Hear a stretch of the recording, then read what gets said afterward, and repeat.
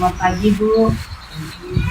Ya Bu, saya ingin meminta waktunya Ibu untuk melakukan kegiatan sesi wawancara terkait pengambilan keputusan yang telah Ibu lakukan di sekolah ini sebagai pimpinan di SDN 4 sekolah ini. Kalau boleh Bu, saya lakukan sesi kegiatan hari ini bersama Ibu. Sebelumnya terima kasih karena sudah langsung ya. Jadi saya langsung Bu. Ya. Pertanyaan saya yang pertama Bu, bagaimana Ibu dapat mengidentifikasi kasus-kasus yang merupakan dilema etika atau bujukan moral Bu? Terima kasih Bu. Ya, saya mengidentifikasi kasus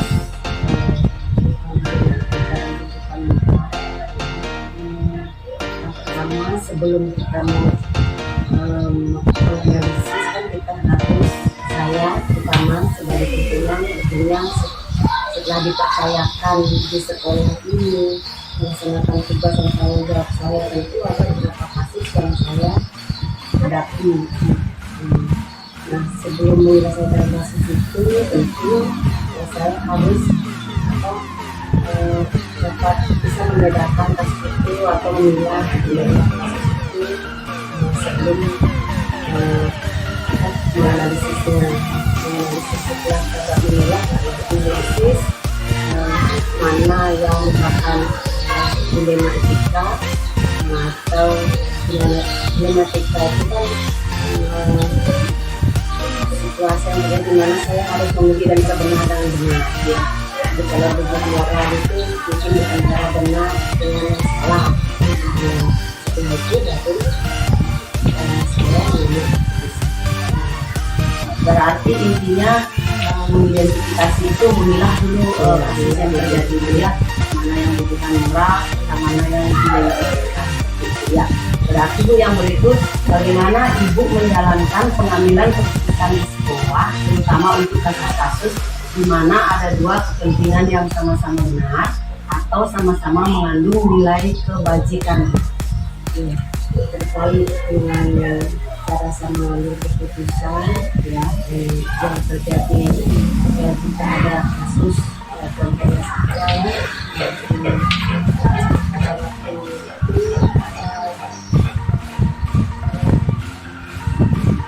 beberapa bulan saya di sini, ini memang dilema bagi saya karena kebetulan pada waktu itu memang sesuai dengan daftar kependudukan yang ini memang masih kekurangan di kelas kelas kebetulan yang di kelas 6 pada waktu itu kan sudah kami tahun adalah sekolah. Jadi dan pada saat itu sebelum itu ada penyampaian dari pihak dinas bahwa PNS pendidikan di SDN lain terkait dengan hal itu karena tapi di satu sisi ada teman saya guru honor yang dulunya memang dia sebagai teknik, tapi karena dia kualifikasi sarjana pendidikan dan saya tempatkan dia sebagai kelas atau dia kualifikasi pendidikan.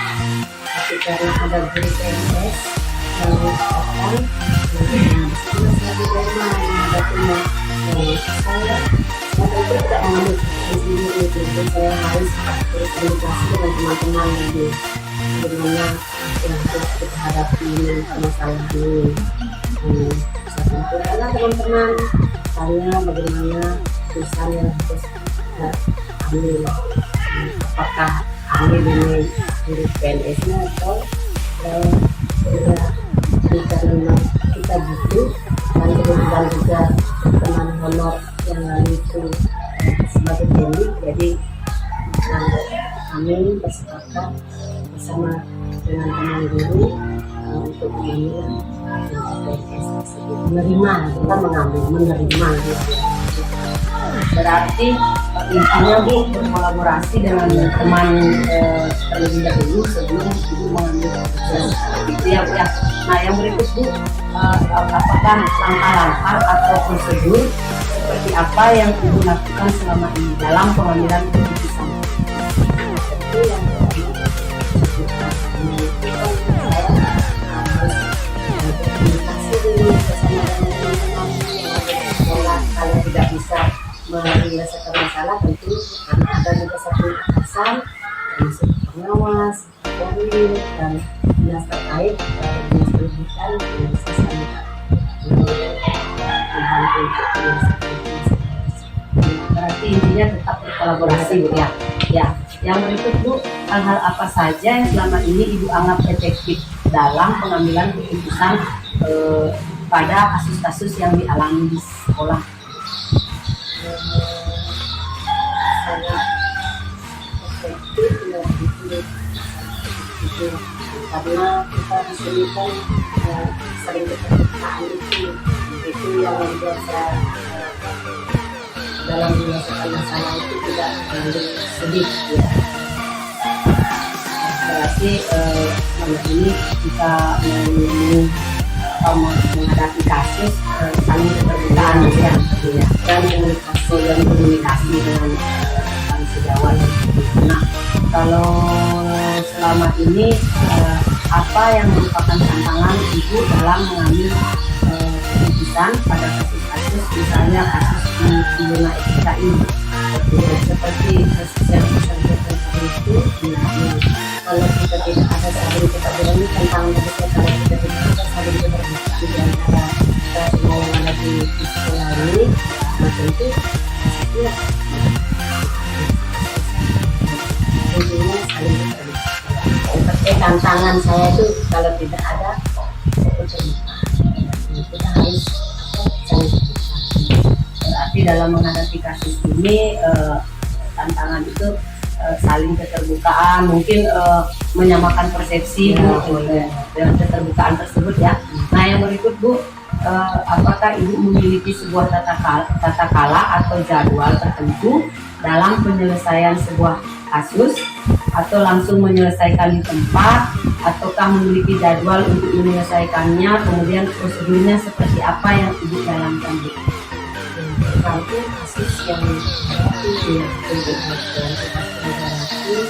untuk kalau memang kasus itu unik ya mungkin ya waktu untuk menyelesaikan kasus tersebut. Jika kasus itu tidak terlalu mungkin bisa langsung. Ini kalau masalah jadwal saya rasa tidak perlu kita buat jalan tergantung kasusnya. Jadi tentu pada jangka panjang dan jangka pendek dari dampak kasus tersebut ya Bu ya untuk penyelesaiannya. Nah, yang berikut Bu, adakah seseorang atau faktor yang selama ini mempermudah atau membantu Ibu dalam mengambil sebuah keputusan dalam kasus yang dihadapi?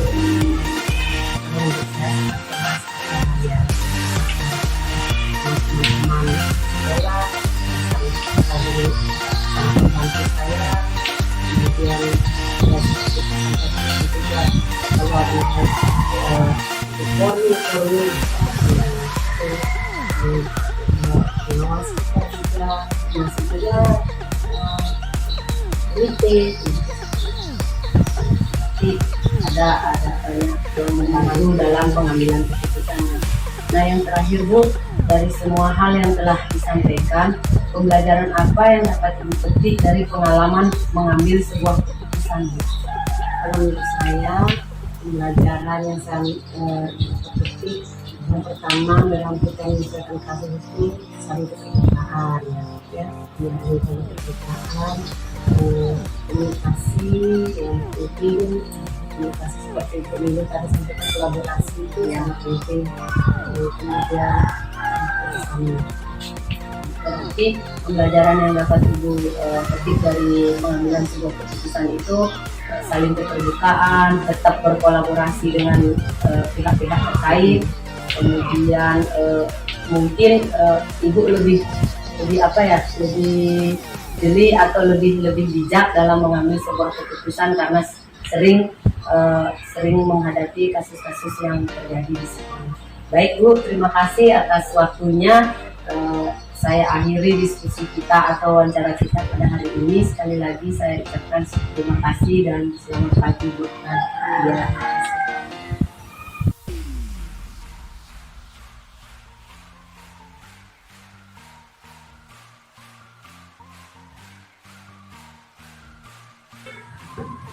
Selamat pagi Pak Nyoman. Ya, selamat pagi dulu. Mungkin ada yang bisa saya lanjut. Iya nih Pak Nyoman. Terima kasih atas waktunya. Bapak sudah meluangkan waktu pada pagi ini untuk kegiatan sesi wawancara untuk memenuhi salah satu tugas saya di pendidikan guru penggerak. Silakan. Ya, pada pagi ini Pak, saya akan mewawancarai Bapak tentang kasus-kasus yang Bapak alami terkait dengan pengambilan keputusan Bapak sebagai pimpinan di sekolah SD Impres 2 Balinggi ini Pak. Ya, jadi seperti itu Pak ya. Nah, yang ingin saya tanyakan pertama Pak, bagaimana Bapak mengidentifikasi kasus-kasus yang merupakan dilema etika atau bujukan moral Pak? Ya, terima kasih Dilo untuk pertanyaan ini ya. Selama saya memimpin menjadi kepala sekolah di sekolah ini, tentu banyak hal, banyak kasus yang telah saya temui. Nah, terkait dengan kasus itu apakah dia dilema etika atau bujukan moral, tentu saya harus memilah-milah kasus ini, apakah dia tergolong dilema etika atau bujukan moral. Dilema etika di sini kan satu kasus yang mengandung benar dengan benar, sementara bujukan moral itu benar dengan salah. Nah, dengan mengidentifikasi itu, dengan memisahkan, memilah antara dilema etika dengan bujukan moral, nanti di situ baru kita bisa mengambil keputusan yang mungkin tepat untuk berpihak kepada keberlanjutan pendidikan anak. Barangkali itu.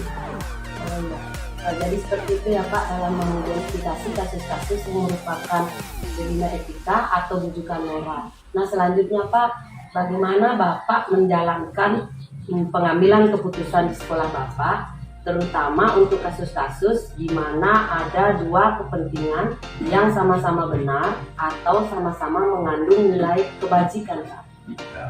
Ya, terkait dengan kasus itu Bu Ilo, kasus yang sama-sama mengandung kebenaran atau kebajikan, ini kan sungguh sulit diambil keputusan. Tapi mau tidak mau, keputusan itu harus diambil dan masalahnya harus diselesaikan seperti itu. Nah, dalam pengambilan keputusan terkait dengan kasus ini, saya selalu mengambil keputusan yang berpihak kepada keberlangsungan pendidikan anak. Nah, tentunya keputusan itu saya tidak ambil sendiri, saya kami diskusikan terlebih dahulu dengan guru-guru yang ada. Nah, setelah itu baru saya akan mengambil keputusan supaya keputusan itu ya tepatlah untuk menyelesaikan kasus. Nah, contohnya pada setiap akhir tahun ajaran kan kita menentukan kenaikan kelas untuk siswa. Nah, sering dalam penentuan kenaikan kelas itu ada anak-anak yang secara pengetahuan dalam hal ini nilainya tidak memenuhi syarat untuk naik kelas, tapi di sisi lain anak itu berperilaku baik, dia sopan, dia bisa menghargai orang lain. Nah, hal itu kan juga perlu kita pertimbangkan.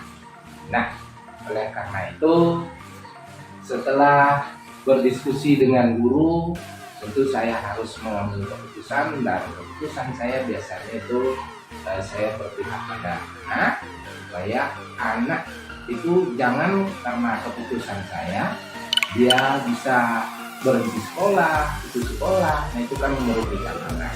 Jadi seperti itu biasanya. Jadi, berarti selalu berkolaborasi dengan rekan sejawat dalam pengambilan ya, sebuah betul sekali. keputusannya Pak ya. Ya. Ya. Yang berikut Pak, langkah-langkah atau prosedur seperti apa yang biasanya Bapak lakukan selama ini Pak? Oh iya, Ya. terkait dengan itu seperti contoh kasus yang saya sampaikan tadi, tentu saya tidak langsung mengambil keputusan. Ada langkah-langkah yang biasa yang sering saya tempuh. Yang pertama tentu saya berkomunikasi dulu dengan wali kelasnya. Kenapa? Karena wali kelas lah yang paling tahu dengan kondisi anak itu. Dan tentu juga tidak lepas dari guru-guru yang lain seperti guru bidang studi agama, biblioka, dan guru yang lainnya. Kan mereka juga sempat mengajar dari kelas 1 sampai kelas 6 kan, seperti itu. Nah, itulah langkah-langkah yang saya tempuh setelah memperoleh informasi yang cukup. Nah, tentu informasi itu saya analisa kembali, kemudian saya kembali bicarakan dengan guru-guru yang ada, kita wali kelas. Nah, di situ baru saya mengambil keputusan. Ya. Berarti tetap selalu berkolaborasi ya Pak ya? Ya, itu kuncinya, Ya. berkolaborasi. Betul sekali Pak. Nah, hal yang berikut Pak, hal-hal apa saja yang selama ini Bapak anggap efektif dalam pengambilan keputusan pada kasus-kasus dilema etika tersebut Pak?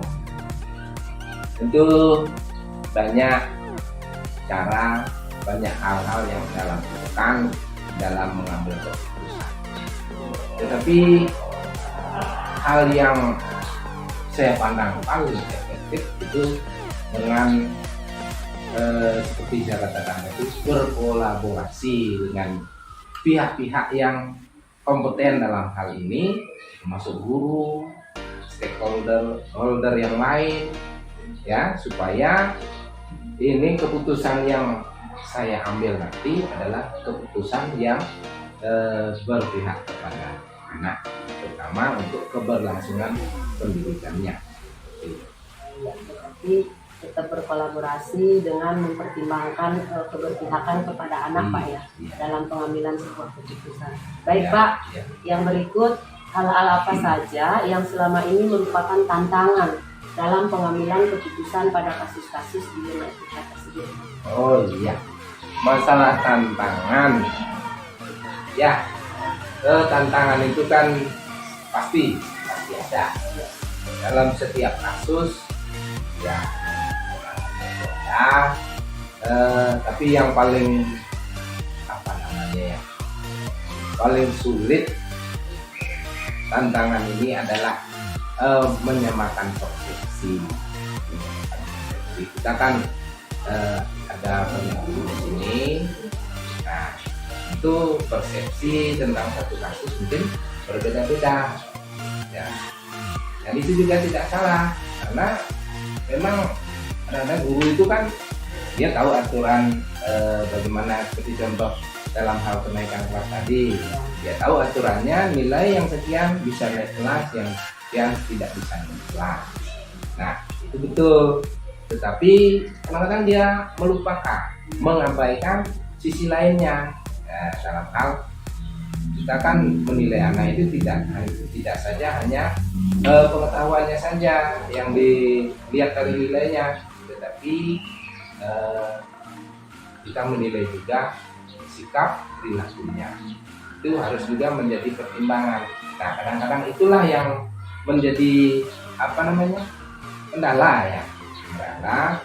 Kendalanya di sini adalah sulitnya menyatukan persepsi, sehingga saya harus memberi penjelasan yang detail sampai pada titik penyamaan persepsi. Nah, kalau persepsi kita sudah sama, nah itu baru saya sebagai kepala sekolah mengambil keputusan yang baik.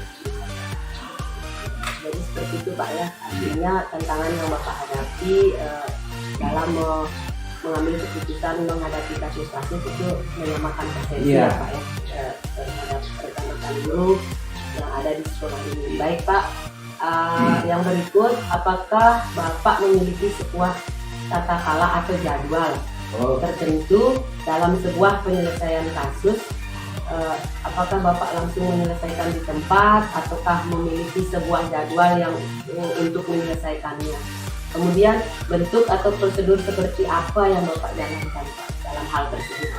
Nah, terkait dengan penjadwalan ya, penjadwalan apabila ada kasus. Nah, sebelum itu tentu saya sebagai kepala sekolah melihat kasusnya dulu. Kasusnya dilihat dulu, apakah kasusnya memerlukan penyelesaian yang sifatnya segera, atau juga mungkin kasus ini bisa dalam waktu yang agak panjang.